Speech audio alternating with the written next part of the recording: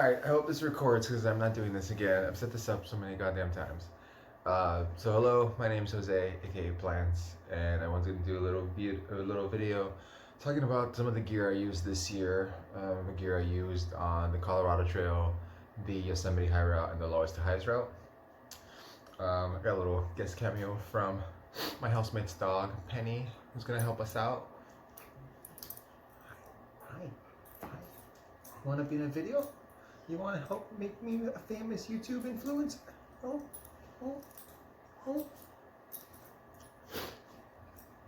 She's gonna stick around. Starting off, let's start off from the feet up.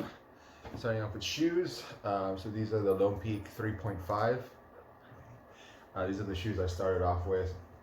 Before I started hiking this year, I actually put around 200 trail running miles on them, and then 500 Colorado trail miles, and then 164 Yosemite High Route miles, Colorado Trail, mostly through the Rockies.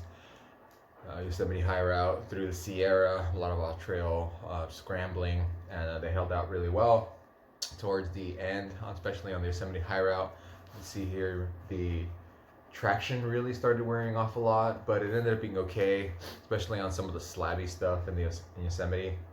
I was able to actually use the little worn out padding for a little bit better texture. It gripped a little bit better, so it was nice to have that on the slabs. For the most part, the shoes actually held out pretty well. Durability was nice. There's the little blowout on the left shoe, but that's pretty much it. Like, there's a little bit of wear, but they still feel pretty cushioned, surprisingly. They are definitely a lot flatter, and the insoles got worn out, but for over 800 miles, that's not bad. So these are the 3.5s, and I really like these. Then right before I started hiking through Death Valley on the lowest to highest route, I picked up these shoes. These are the Lone Peaks 4.0, and these shoes fucking suck. They are such trash compared to the 3.5s. 3.5s are probably my favorite trail shoes ever, and the 4.0s are just like a way step down the wrong direction. The cushioning on these is completely gone already. I did one trail run in these before I set off my hike, around 7 miles.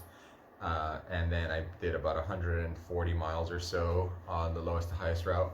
And they're completely worn out already. They feel super flat. I think they feel as flat as my Superiors, which is what I use on the PCT. And they already have some wear on the sides. I mean, I was hiking through desert, a lot of scrambling, but compared to the 3.5s, these are already pretty much shot to shit. So these suck, and I'm going to try to find some more 3.5s. For socks, I don't use wool, the vegan, so I just use these poly socks I found at Walmart for the Colorado Trail. I used 3 pair on the Colorado Trail, and then use these 2 pair for all my cross-country off-trail stuff. Flamingos on this one. There's a little bit of a hole in this one. You can tell this has actually just happened on the lowest to high route in Death Valley. I think it's just because of so much sand and grit and stuff. But they held out. These other pair held out totally well. I'm probably gonna wear these on my next hiking trips. Really nice. I like using poly or nylon dress socks instead of wool socks because they're gonna fuck up anyway, they're gonna wear out, so you may as well have just some cheap socks that you can replace later on. I did like to reuse stuff as much as I can, and these actually did end up holding out, which is nice. Next up, underwear. So this is the Ex Officio Give and Go boxer brief. These are actually the exact same pair I used on the PCT. I should probably wash them at some point. Probably should wash them, but they're fine. They work out really well. They don't smell too bad. Yeah, they have this one pair has over 3,000 miles on them, so that's nice. Pants. Last year I used mostly shorts. This year I just used pants. They're not in fully pants mode right now, because these are the Columbia Saturday Trail 2 pants. These are actually women's pants, and I really like them. They're fucking awesome. They fit really nicely. I wish they were a little bit longer because I'm a tall boy and lanky, but They work really well. They're nice cutoffs, so I can turn them into shorts. I have the legs right here. The legs have these cool drawstring cords at the bottom that I can use to tighten up and make them a little more skinny. They're black, which is cool because none of the men's Columbia pants come in black. They have one small zipper pocket on the side, which is where I kept my ID and cash. It's nice to just have that on me. They're really breathable. They're super light. Even though they're black, they cool off pretty well. There's a ton of different pockets and storage and stuff.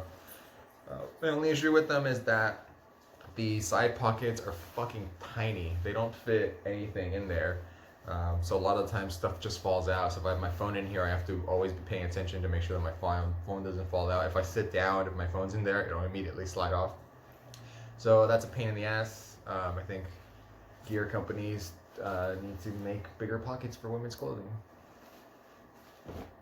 Fuck the patriarchy. Alright, next up.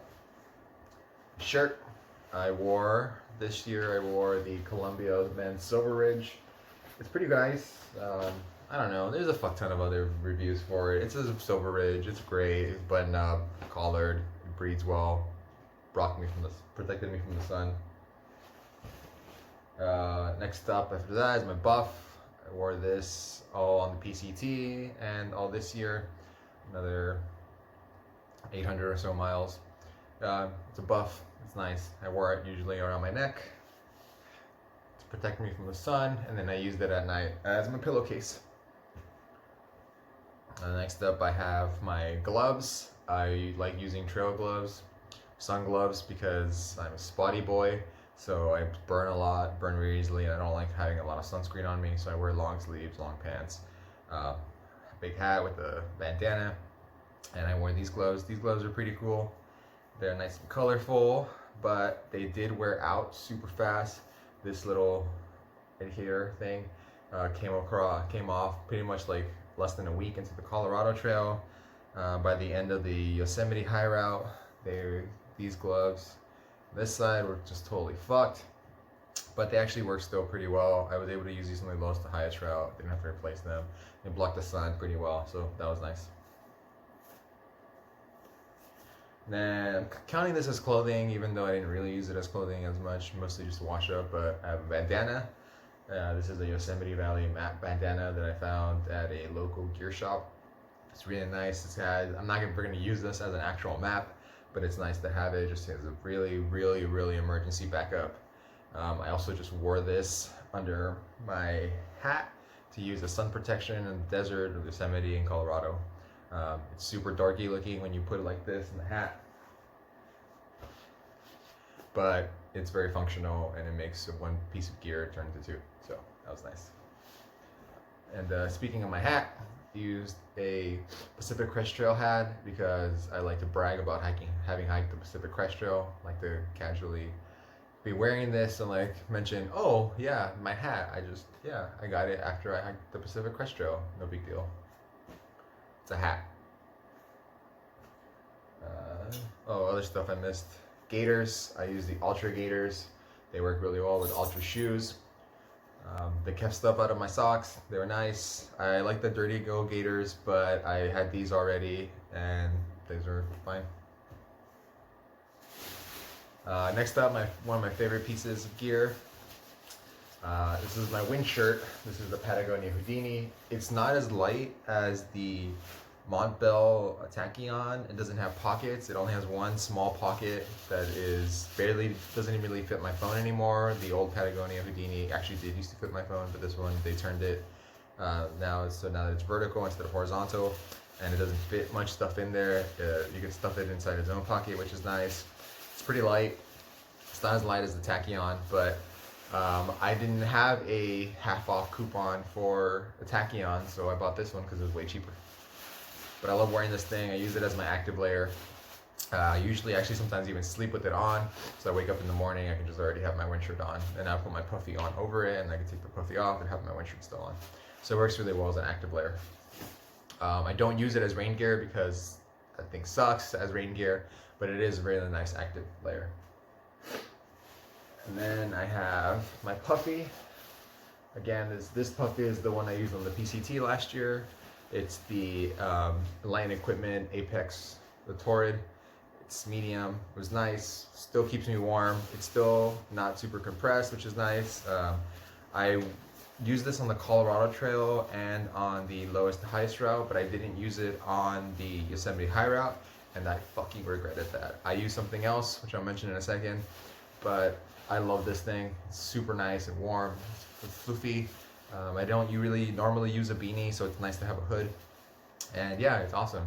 It smells really bad because I actually have never washed this, but it's still in really good shape, and I'll probably keep using it for as long as I have it until it wears out. Then talk about my absolute least favorite piece of gear. That is the Melly, the Melanzana microgrid fleece. I bought this in Colorado, and then I shipped it home, and then I used it on the Yosemite High Route. And I don't like this thing. This thing sucks. It's so overhyped. It's, as a casual piece of wear, it's not bad, but as a functional hiking thing, I don't get it. It's heavy. It's like 11 ounces. It's not breathable. The hood is weird and kind of makes you feel like an uncircumcised penis when you wear it. The kangaroo pocket is nice. It is nice to have the little side pocket, the little hand warmer pockets. But there's just not that much purpose for it other than style points, hipster hiker trash bonus points, and I might keep it just to use as a casual wear because it actually is very soft and comfortable, but as for hiking, it's just not very useful for me. Then I have a couple other pieces of gear that I picked up. I mostly use these on the Yosemite High Route and the lowest to highest route. A belt.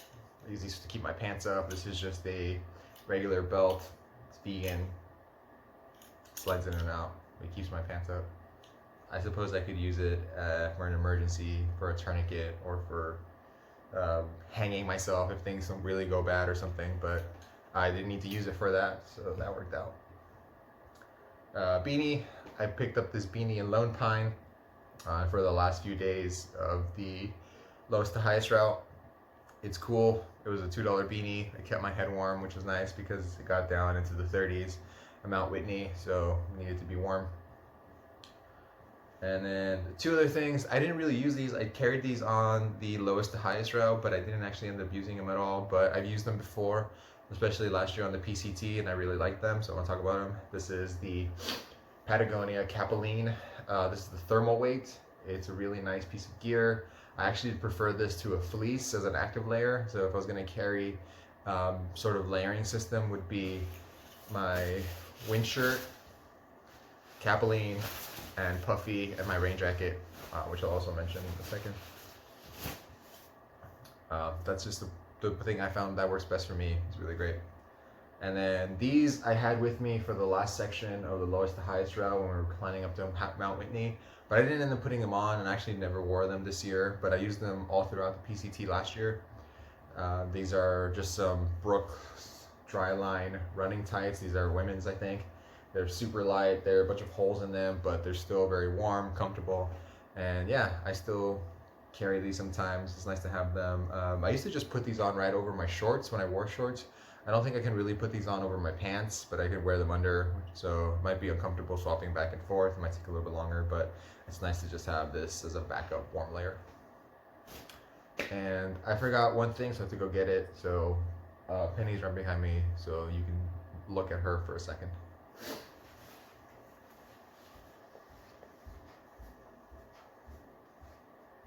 Through the magic of video editing, you won't know how long it took me to go find this, but last piece of gear to talk about is my rain jacket, Frog Togs. It's a Frog Togs. It was 15 bucks. I got it, actually, I was using a different rain jacket. I was using my Marmot Precip for the start of the Colorado Trail, but then it was very heavy and annoying, and I found the Walmart that had the Frog Togs, so I bought all the Frog Togs. I had one on the PCT, and it worked out great for the 4 days of rain I had then, and I really used this a lot on the Colorado Trail where it just fucking rained a ton. Didn't really need it for the Yosemite High Route or the lowest to highest route, But it was nice having on the Colorado Trail, and it's always nice to just have backup rain protection. So that was cool.